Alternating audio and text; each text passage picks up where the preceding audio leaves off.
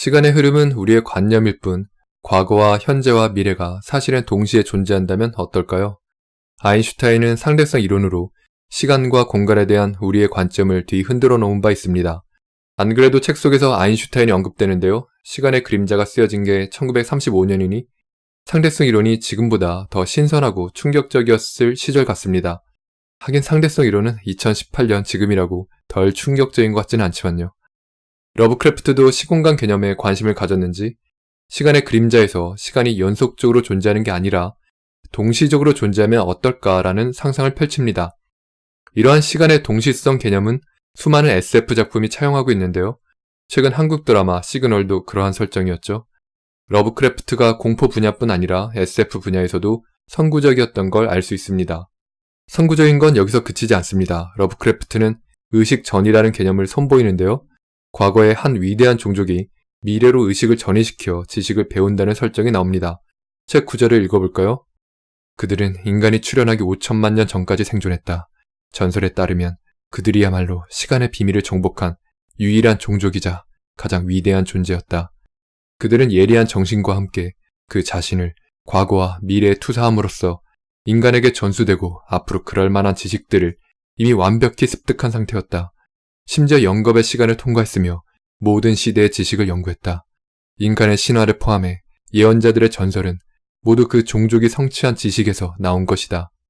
그들은 방대한 도서관 시설에 지구의 모든 연대기와 과거에 생존했던 종족과 미래에 도래할 종족들을 기록한 엄청난 양의 문서와 그림을 축적해 놓았으며 각 종족의 예술과 업적, 언어, 정신세계까지 완벽하게 구해내냈다. 이 종족을 그레이트 종족이라 부르는데요. 인류의 문명이 등장하기 전부터 있었던 초고대 문명입니다. 옴기니는 신의 지문 등에서 주장한 일련의 초고대 문명설도 러브크래프트 신화의 영향을 받았다고 보고 있습니다.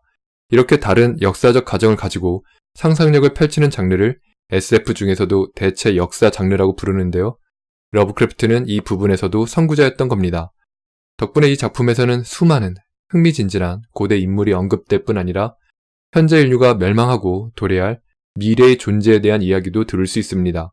책에는 이렇게 적혀 있습니다. 나는 과거에서 은폐된 비밀의 전율하고 미래에 다가올 위협에 몸서리쳤다. 인류의 멸망 이후 도래한 존재들이 암시한 인류의 운명이 너무도 충격적이어서 나는 감히 이 자리에 밝힐 수가 없다.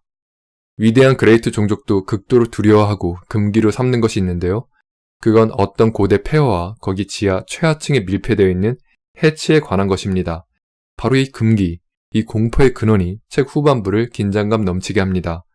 시간의 그림자 후반부는 어떤 광산 기술자가 호주에서 신비로운 유적을 발견하는 것으로 시작합니다. 주인공은 그곳에서 고대 폐허를 발견하고 지하에 내려가는데요. 이 부분은 꼭 비디오 게임의 한 장르인 던전 RPG를 체험하는 것 같았습니다. 러브크래프트는 참 많은 부분에서 선구적이죠. 주인공은 고대 폐허의 지하를 누비며 이곳이 매우 낯익다는 걸 발견합니다. 그리고 본능적으로 정확히 길을 짚어갑니다.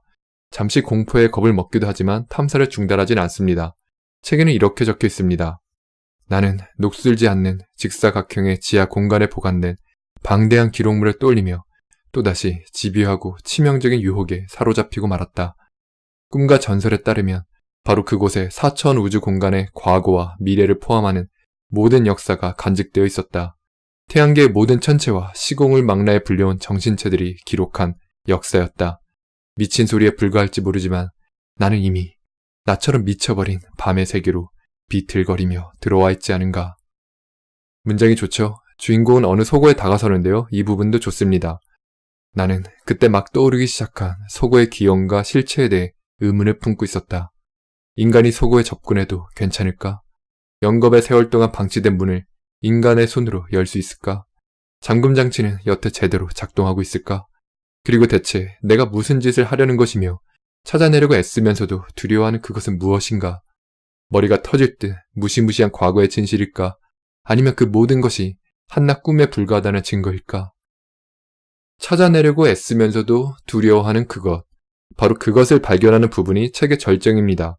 주인공은 그걸 발견하자마자 모든 걸 깨닫는데요. 대체 뭘 발견했던 걸까요? 그 부분은 직접 책을 읽어봅시다. 책 한 부분을 인용하고 끝내겠습니다. 나는 알 수 없다. 그 심연과 그 속의 존재들이 실제한다면 희망은 없다. 그렇다면 인간의 세계, 이미 시간을 초월한 무수한 그림자와 가상의 형체가 드리워져 있는 셈이다. 그러나 다행히 그 모든 것이 신화에서 잉태된 또 다른 꿈이 아니라고 할 만한 증거도 없다.